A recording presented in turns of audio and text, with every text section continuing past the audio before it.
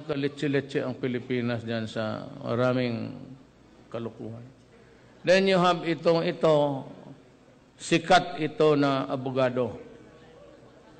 Ang kanyang mga kliyente, karamihan mga artista. Yung naghiwalayan, tapos yung iba yung pinagpatay yung mga lover. Ano ito siya, yung pati his the sartorial elegance, kasi kung magdamit ito, totoo lang, hindi ko maintindihan rin. Sal Panelo.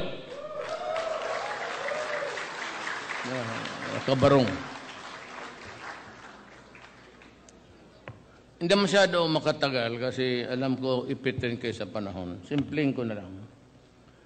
Itong Pilipinas, para itong PAL, na bumubilo na, anda na, sige lang, nasa runway lang, for almost so many decades, hindi talaga tayo hanggang dyan lang. So, ano ang nangyari sa bayan natin? Bakit ganun? Bakit karamihan? Hindi ko na sabihin, ano ako eh. Sa labas na lang, nagkalat tayo sa buong mundo. Bakit hindi tayo makapagawa ng bayan na atin, na dyan tayo magtrabaho, at walang delikado ang mga anak natin, may pagkain, and all of the things that a country needs to survive. Maybe education, but it is not really affordable to all. And this is not really to offend anybody. But yung mga graduate rin sa of lesser standard na hindi rin pwede. Kaya hindi nakakalabas yung, for example, yung sa Delpan Bridge sa Tondo. Hindi mo sila bigyan ng panahon ng edukasyon na maganda. If they could not even really talk in straight English or grammar, no, that is acceptable, hindi makakalabas yan sila dyan. Di talaga, masaya sa Tondo. Kasi hanggang dyan lang ang kaya nila hanggang high school. They do not get the proper education. At sa Mindanao naman ganon. It's rock with troubles. Tapos hardly there is equality of education somewhere na makuha. Kaya ako, I've been mayor for 23 years. Ako po'y ordinaryong tao lang pareho sa inyo. Unlike ito, I have assembled sa kabinete ko, hindi ito mga pitsugin. Akala lang ninyo kasi hindi nyo narinig eh. Hindi naman ito mga politiko. But they are really, kagaya ni Jess. Ako, napaalis sa Ateneo second year. But sa klase namin noon, Sunny Dominguez was the valedictorian. Paglipad ko doon sa Digos, Davao del Sur, wala pang Davao del Sur, isang Davao pa, Municipality of Digos. Nandoon rin ako, ang valedictorian namin, si Jess Doresa, number 10 sa bar. Paski ako saan ako magpunta, last dagla ako. Kasi maraming bright sa Pilipinas eh. Basta sa kabukiran. So ganito ngayon, why are we suffering and in shambles? Alam mo kung ano, ang simple lang pagkasalita. Because there is so much corruption in government. At saka, nakawan, pati drugs at criminality. Yang tatlo na yan ang humihila sa atin pababa. Walang magpunta doon, magtayo ka ng canning factory somewhere there under Mindanao. Pag hindi pumunta yung NPA, hingi. Tapos mayroong MI, of course, it's revolutionary tax because it's a revolution. Nandyan yung MN. And even without the money element, talagang magulo ang ating bayan. Ako ho naman, I was pondering, I was already 71 years old. Gusto ko nang mag-retire. Tama na. 23 years as mayor, one time congressman, then one time mayor, vice mayor ako ng anak ko si Inday, yung nanuntok ng so almost 40 years ako. And I was a prosecutor. Fiscal po ako. I was just doing trial work every day. But this year, sabi ko kang Inday, na ikaw na, ayaw ni Inday. Kaya nagpapaganon-ganon ako. But for the many issues also. Kasi wala akong nakitang neither Grace, Rojas, or Binay talking about the major problems of our country. Wala akong narinig sa kanila about Mindanao. Alam mo, ayusin ating Mindanao. Pagka sumabog yan, the Philippines will be dismembered. Maniwala kayo, taga-roon ako.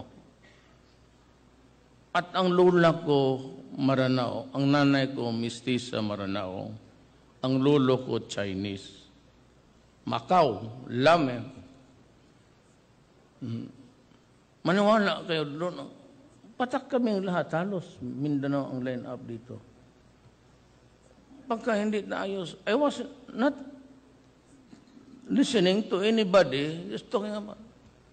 Ang ano yung, kung nanood kayo sa debate, yung mga bla bla bla bla. Kaya sabi ko kay Rojas, tangina, i-tape mo na lang yung speech mo dyan, pabalik-balik ka man.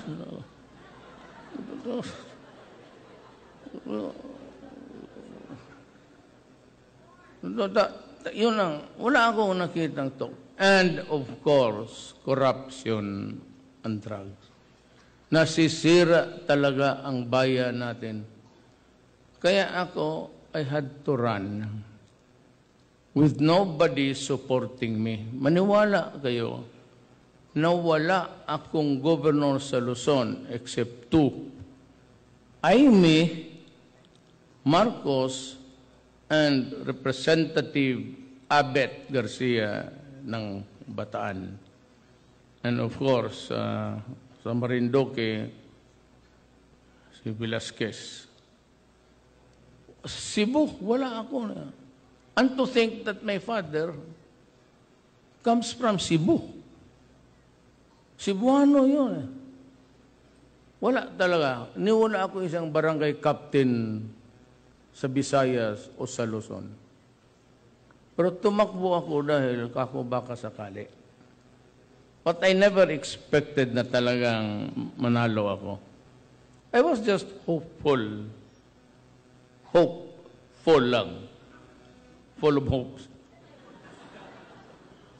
But pagdating ng eleksyon, despite wala akong pera, despite na wala akong makinarya, I said, PDP, or really not, but it was almost a moribund party. I could hardly, wala talaga kami pera.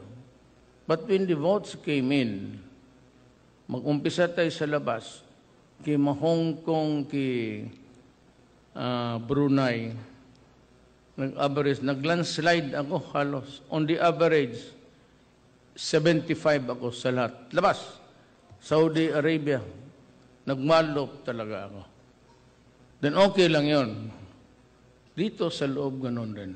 So ang majority ko from the next, I got 15. Out of that 15 million, 6 of that was my margin from my next neighbor.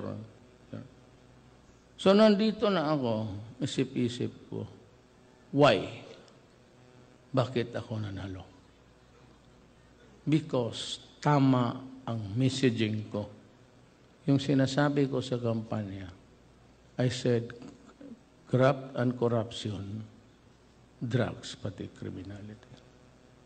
So ngayon, nandito na ako, hindi ko nakabaan. Noon sa NEDA, meron kaming application sa railroad. I filed it when I was still a mayor, about 2 years ago. Presidente na lang ako. Na-withdraw na rin kaya hindi daw bagay sa. But it takes years and years and years. Basta anong departamento, 1 taon yan. Ang alam mo ito mga gagong to, hindi nagtatrabaho eh. Kasi kung tatrabaho lang nila, gaya ng permit, hindi ba makukuha ka ng permit, business permit, 3 days. Electrical clearance, police clearance, 1 day. Hintayin mo dyan. Madali lang man kung trabaho. Ang problema nitong Pilipinas, naging kultura na ng korupsyon na kung gumalaw sila, magbayad ka pa anywhere. Ngayon mag-uwi kayo sa inyo, magdala kayo ng mga perfume dyan, pagbukas ng may 5 ka, kunin ang 2. Di ba?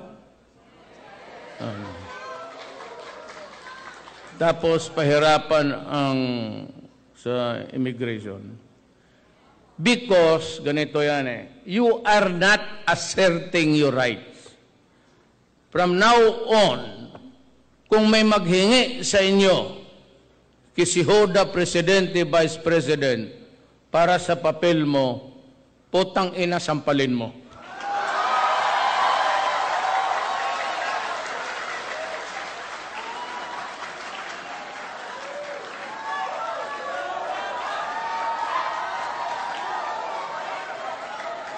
Yan lang ang paraan Ang mga Amerikano, they are assertive. Kasi hindi kayo mag-assert ng right ninyo, hindi talaga mamamatay itong korupsyon na to. Kaya kayo magsabi. Sabi mo sa customs, kukuna yan. Pag kinuha, sabi mo, putang ina, bakit? Hindi mo propiedad yan. Huwag mong kunan yan because I will raise hell. Magsisigaw ka. Makukuha ng mga media yan doon o makuha ng TV, aabot talaga sa akin yan. Kapag umabot sa akin,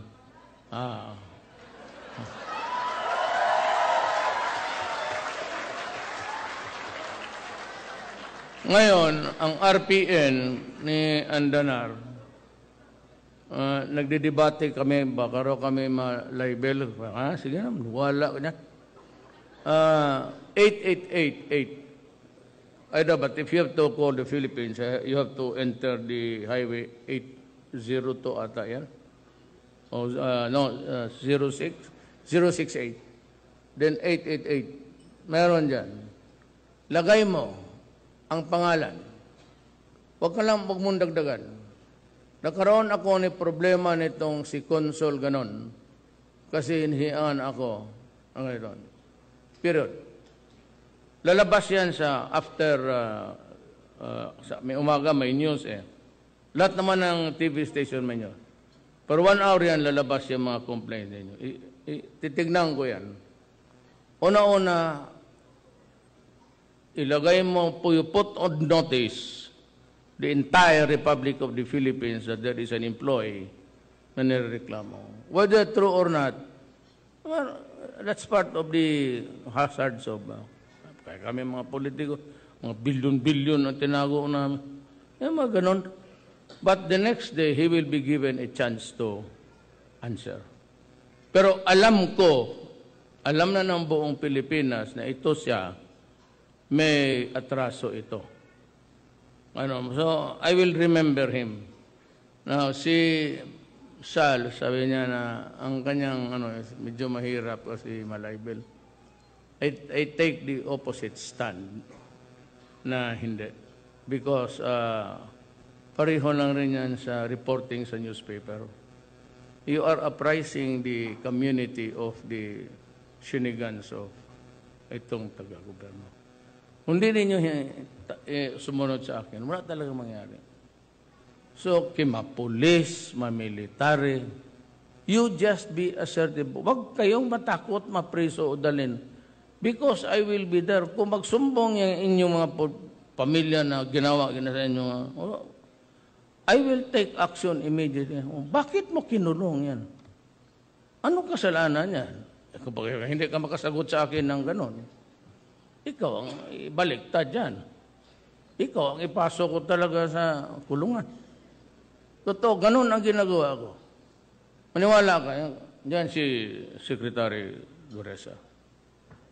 May isang mayaman sa Davao, mag-iinom yan siya, tapos pagka nalasing, tinatapon niya yung mayor ako, congressman siya. Tinatapon niya yung butil, nababasag. Nandoon ako, nakakapi ako sa kanto kasi kaila ko yung mayaman. Ay, kilala ko yung may-ari. Tinitignan ko lang siya.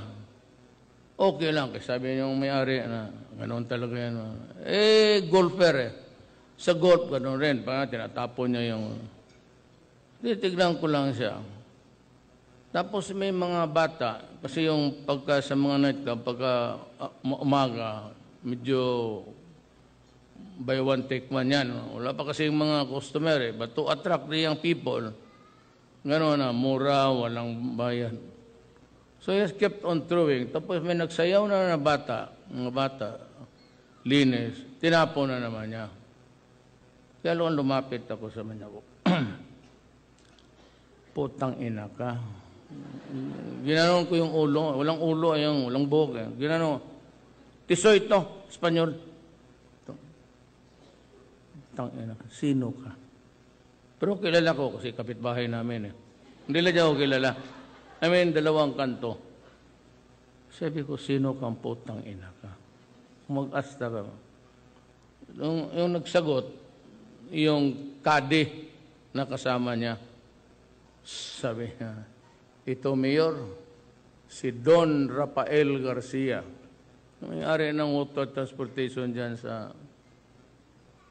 Sinapak ko, mga 3 beses. Ginanon ko talaga. Pati yung kadi niya. Tapos, pag namin, may baril pa, walang lisensya, huli. So, sabi ko kay ito, ikaw, Don Rafael Garcia. Putang ina ka. Tapos na ang Espanyol dito sa Pilipinas.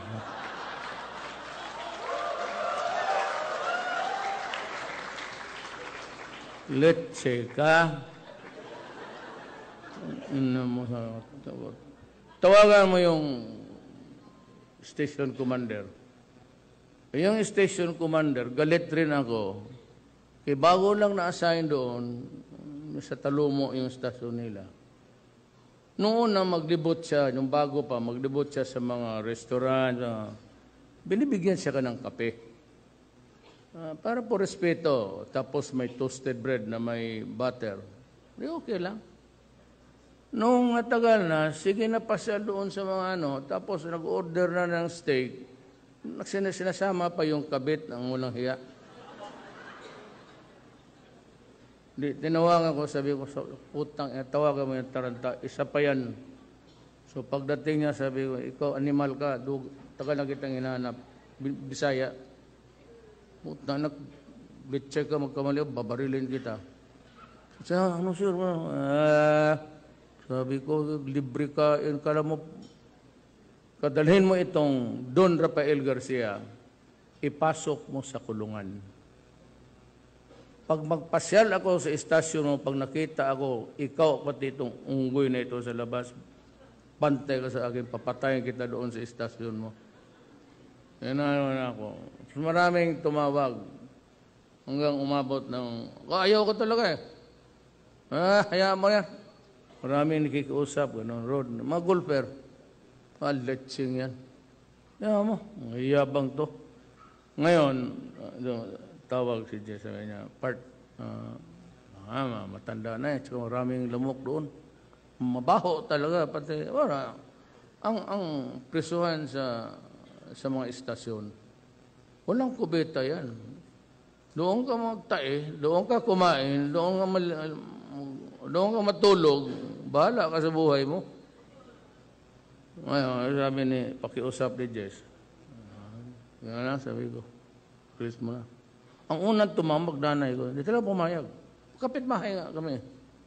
Kasama yung asawa niya sa simbahan. Nanay ko nagsisimba araw-araw.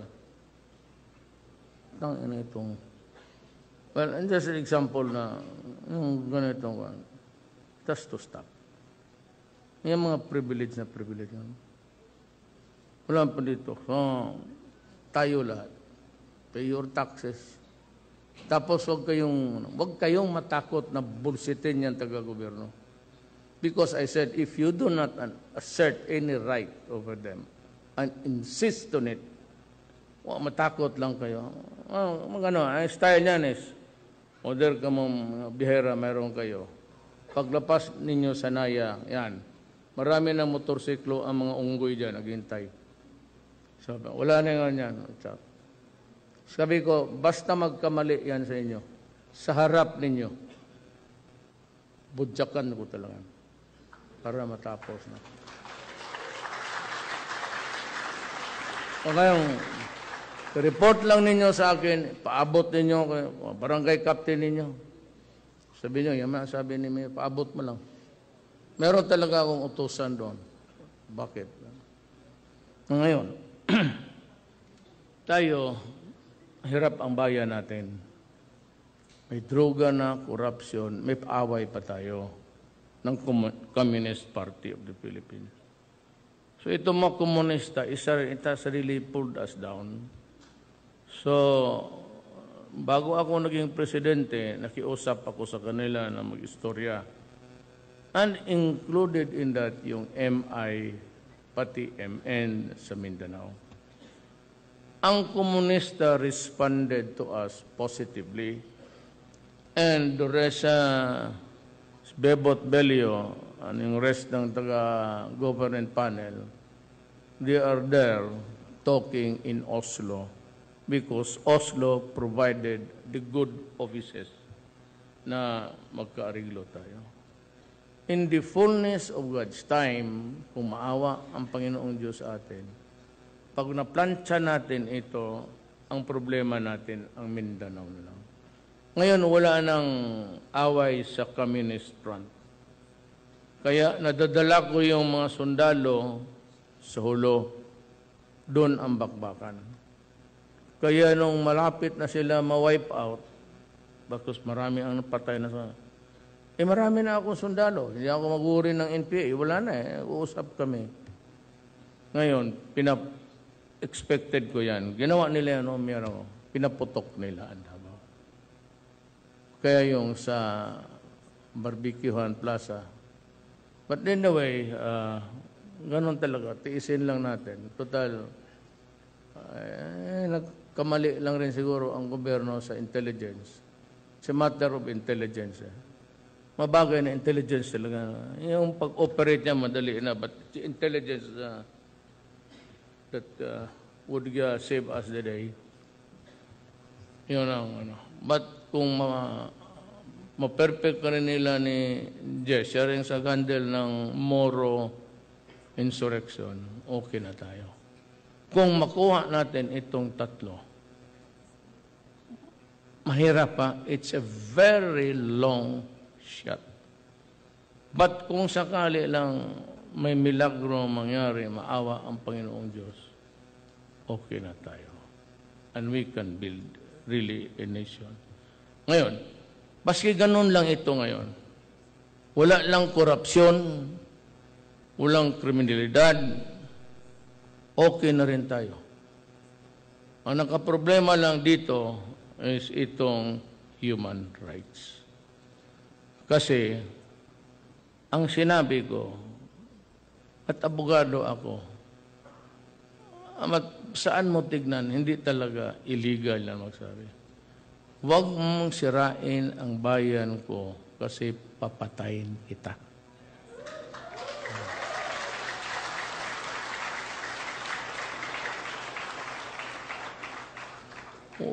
Do not destroy the next generation.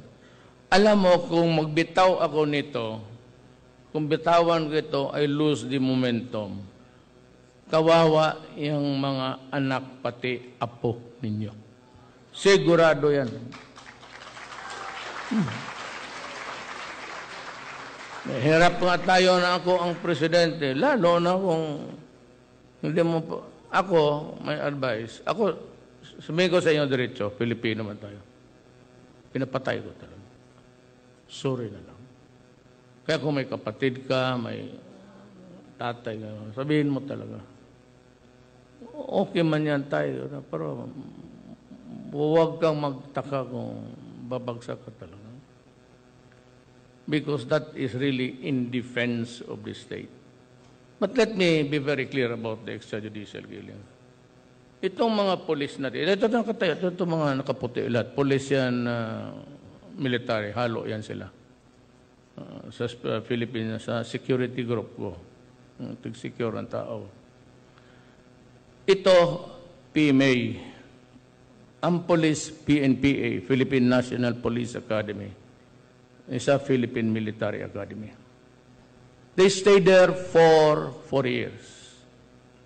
And they are lectured on all topics about governance, about the arrest, search, and seizure, and everything. Hindi ko na kailangan sabihin sa kanila na, maghuli ka, pero ito bantayan mo kasi ganun.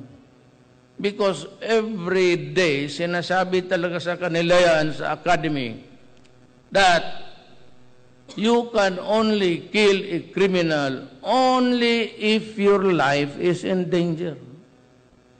Kung utusan ko, sabihin ko, magtrabaho kayo, hanapin ninyo, it really means go out, hunt for them, arrest them, take them into the custody of the law.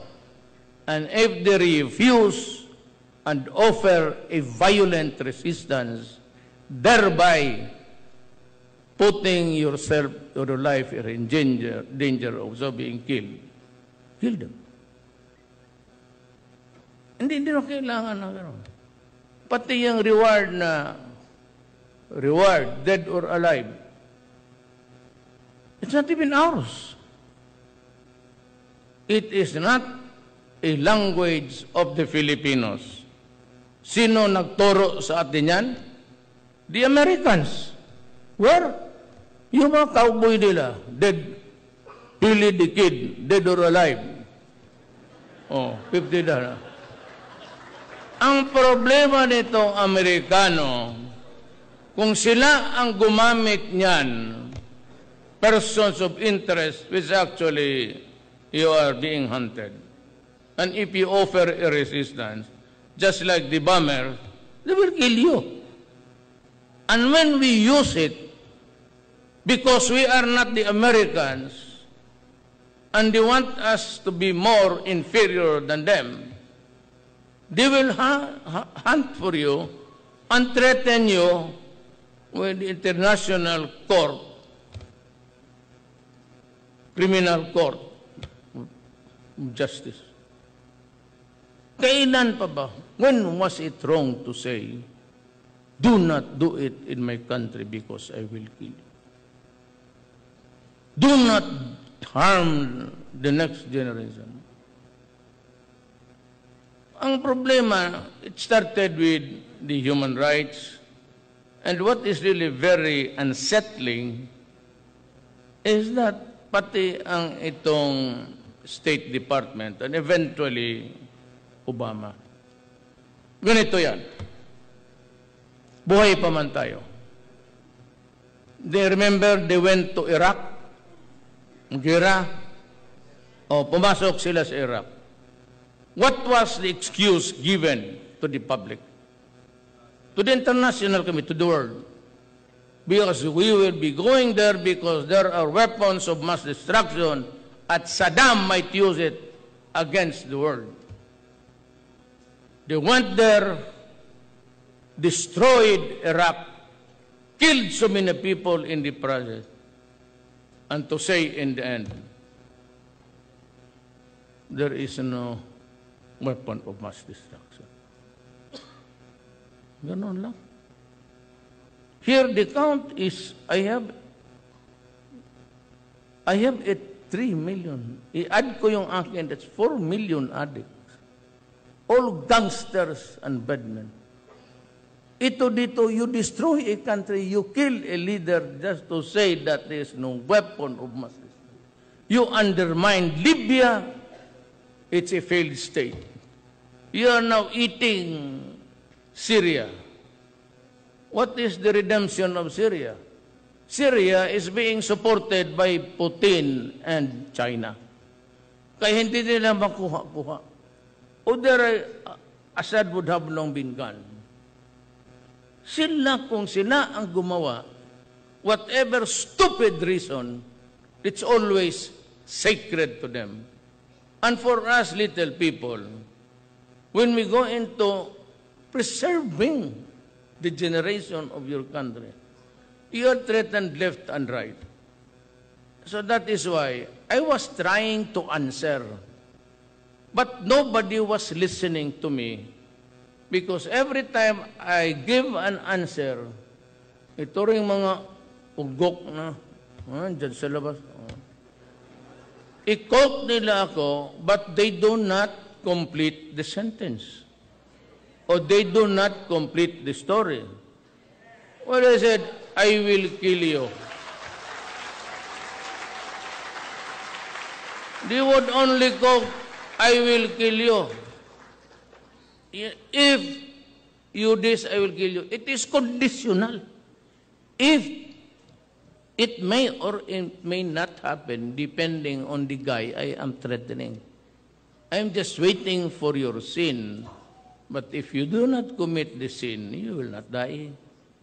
Nothing will happen to you. Kaya kung ganito, sabi ko, I'll give you a computation, ha? Simple lang. There are 3 million addicts in our country. 3 million at one hit, isang snort of Shabu, it's 200 pesos. So 3 million, one short, 200 pesos, that is 6,000 for one individual. Okay? Now, if they all sort out the 3 million, 6 times 3, that is 18 billion a month. That is 216 billion a month. A year, brother. Mina, mining companies, how much are they paying the Filipinos? It's only 70 billion. And our country are full of holes and the destruction of the environment. The untold destruction of. Kita mo? And they take it as a joke, or maybe that you are joking, and easy for them to say, we'll hail you to hell with you. There was this lady, she black. Be careful, Mr. Duterte. Shut up. I mean, he said, did you hear Obama today chastise you? Huhi. Sino itong putang inan to? Alam mo bakit? Kaka-insulto eh. Nung mayor, I was mayor. Well, probably it was good. But I was just a mayor and insignificant in the affairs of the nation. I'm just one mayor of a city. Well, there are so many cities in the Philippines. But when I became president, tapos ganunin mo ako, murderer. How about my countrymen? It's not about me. However insignificant you may look at me. No qualms about that. But how about the feelings now of my countrymen? How about now the friends outside of the country? That's why I was really mad. Galit ako. When you do that, you insult a people, a country. Kaya ako the time. So, itong ating kasi, this is how it really works. We have been conquered by the Spaniards for 400 years. We were conquered by the Americans for 50 years, live off the fat of the land, and colonize us. World War II. Were it not for the fact that they were in the Philippines, we would have never been a major target. We could be drawn into the conflict, but not as a major target. And the bombings.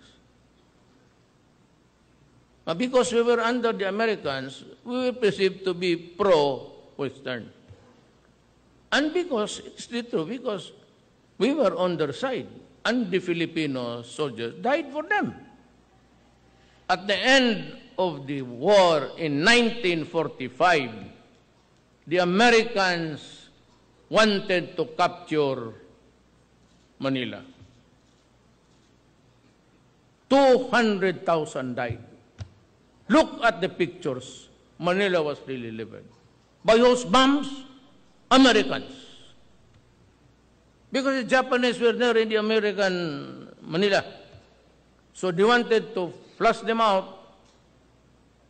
O pinagbubo nila carpet bombing.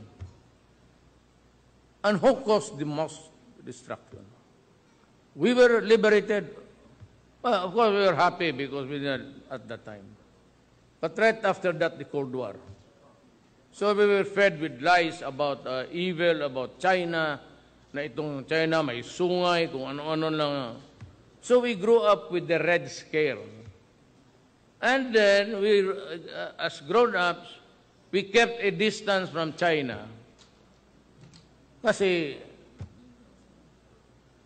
mga komunista, they perfectly characterize communism as an oppression on the people.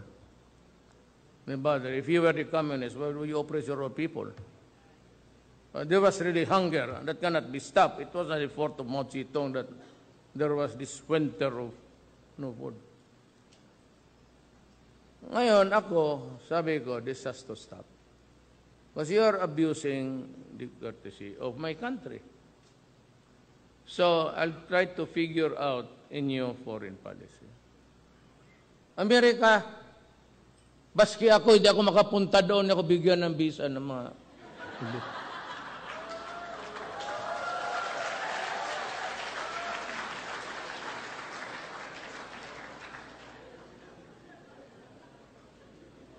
When I was young, I went to America.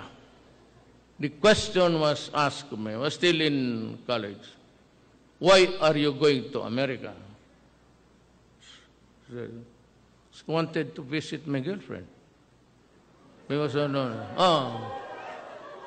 Tapos, so, what if you decide, are you in love with your girlfriend? Oh, yes, of course.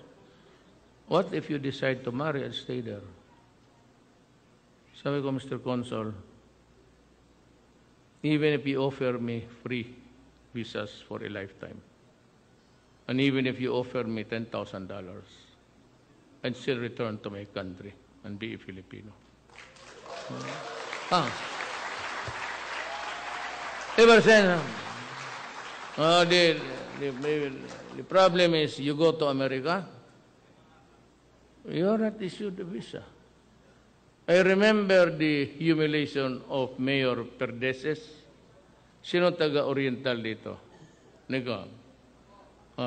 Perdeses was with me, but I did not go there because any invitation study grant.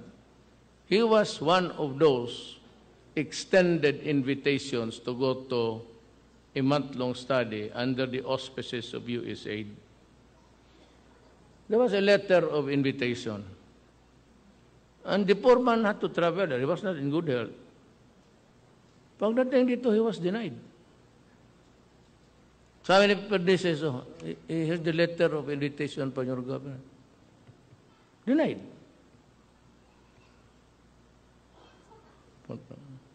Hindi naman ko. Pero sila, anytime. They enter the Philippines visa-free. Well, there will always be a time for it. Bakit hindi natin tablahin?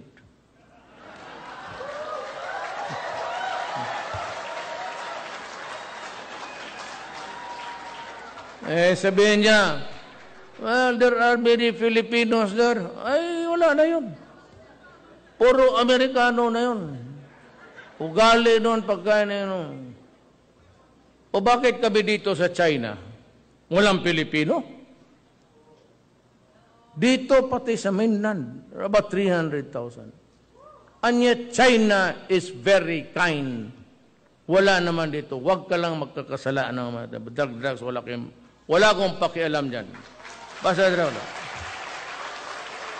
I'll be frank with them. Here and now, I will tell the China, basta drugs, kung death penalty doon, ibala kayo. Kasi doon sa akin, death penalty ron, sa karsada, pag yun.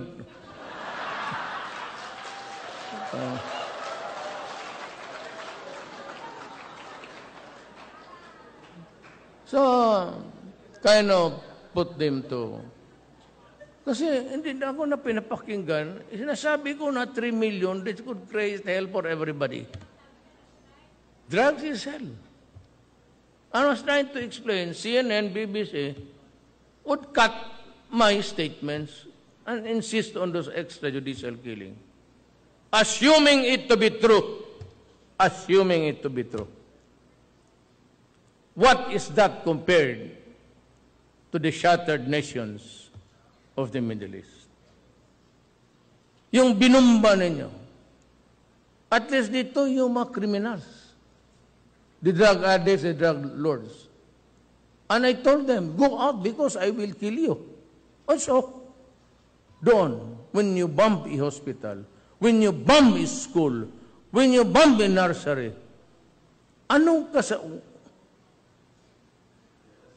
we pale in comparison with what the atrocity. In America, this is human rights. Look, guys, you're shooting black people while they are there in the ground, lying. Pinagbabaril mo pa. So what's the difference? Why is nobody complaining about you? That's disparity because you have power. Oh well. I will now realign. I will not ask for arms. America need not worry that I will place their missiles. Why? Useless. Why?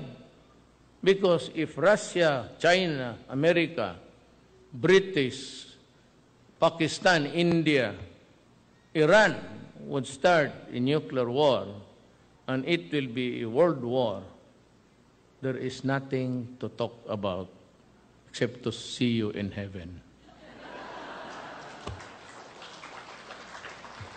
It will simply just create a big bang again, and maybe another universe will emerge.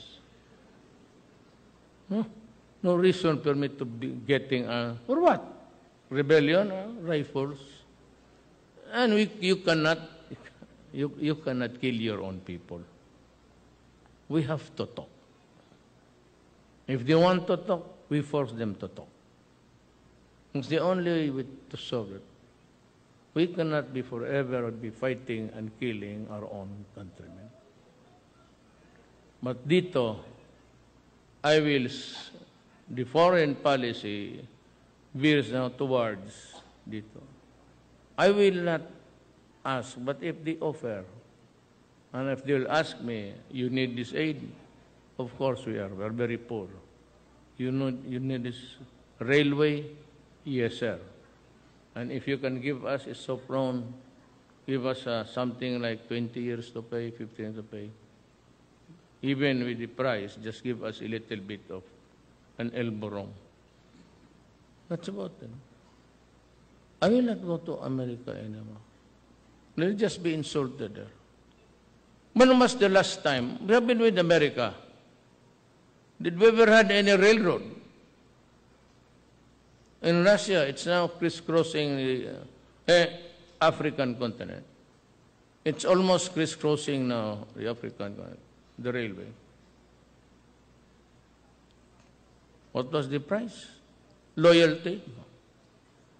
China said, goodwill. We will do it for you. And if they're going to give it to us or help us, lend us the money and we can do it in our own country, I will. No more American interference. No more American exercises. What for? You always want China, facing China, American, and Filipinos. Why?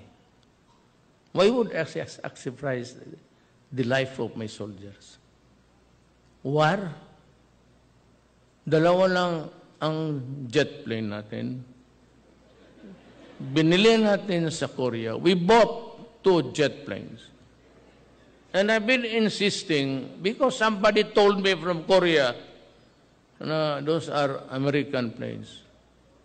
And I asked for a clarification, because somebody criticized me. Hindi ang gawa ng Amerika na. Sabi ng, no, ini-outsource lang yan. Gaya mga Nike, mga dito ginagawa. China. It was just outsourced. It was just a symbol there. Meron tayong 2 aeroplano. Sabi nila, liars ang gago. Ayaw tayong pabilihan ng mga missile na sa baba. We have ordered it. They said that they are giving to us. Wala pa akong nakitang missile na. I really do not know what's the... Wala talang taken for granted.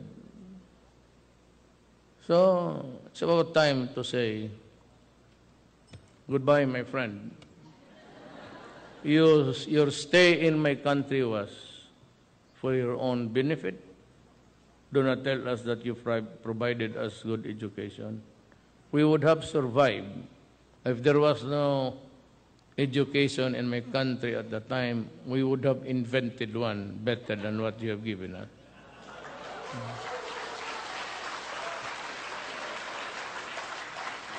So, mabuti yan nakita tayo dito. But ako dito, I'll go back to the basics ng country. Okay na tayo. I assure you, I give you my word, we're okay now. I give you my word, there will be no corruption. My advice to all is that be assertive of your rights. And anybody from the BIR, Customs, Immigration, you have my backing, sampalin mo.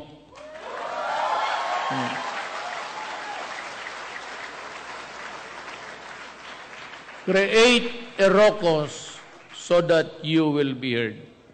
Kagaya ko, kung hindi ko bidulsit ang mga putang ina niya, hindi ko sila pinaghindot-hindot, hindi ako mapansin. Then I would not have been heard at all. Di para akong gago na takutin akong mapreso.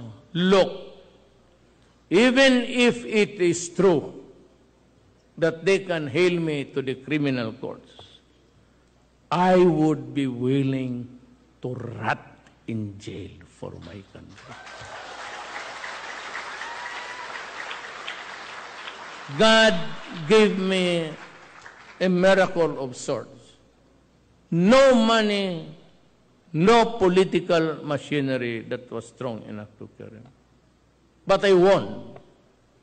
So if I stay there until next month, if I am assassinated, ousted, then take it as part of that destiny. No. Time to go. Mapaalis man ako, o mapatay ako, o ano. Hindi, hanggang doon lang ang binigay ng Diyos sa akin.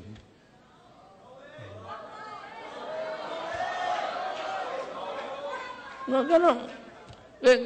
Yung sinasyan, takot-takutin mo ako na ikaw patayin ka. Ay, bullshit. Lahat ng tao mamamatay. What's so strange about... Sabi nga sa kabinet, magdasal kayo, mahulog ito pralo na yan, ha? Bakante ang mas marami ka. Yung mga babae, stop. Sige, tao. By the way, Kahir Alonto is here. Secretary Alonto have I mentioned you? Mindanao Development Authority. Please stand up. RJ Jacinto is also there. I'm sure I saw him.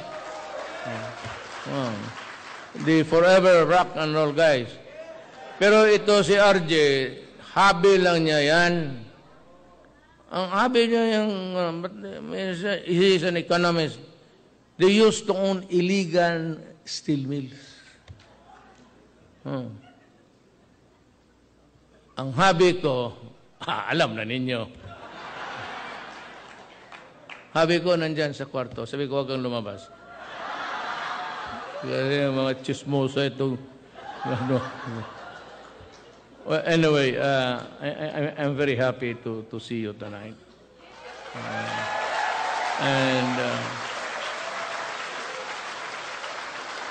Sa anak lang po ako ng mahirap. That's why. I'm left, actually. I'm the first president sa left.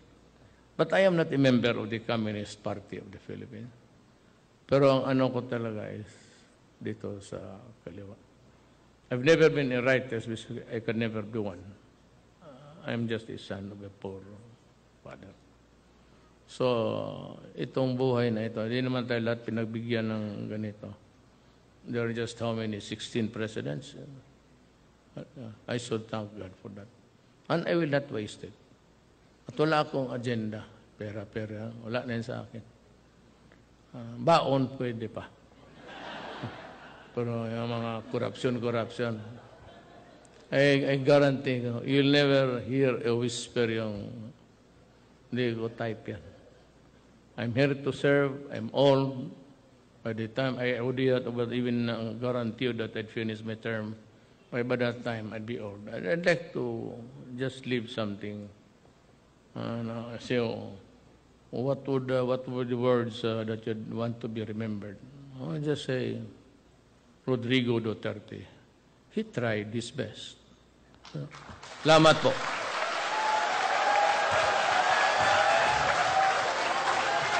Thank you, Mr. President, for gracing the event.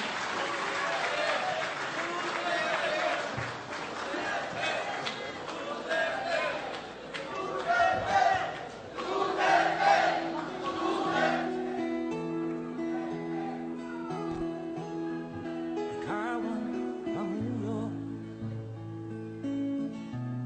para sa pagbabago. Sawa na ang bayan ko sa magnanakaw.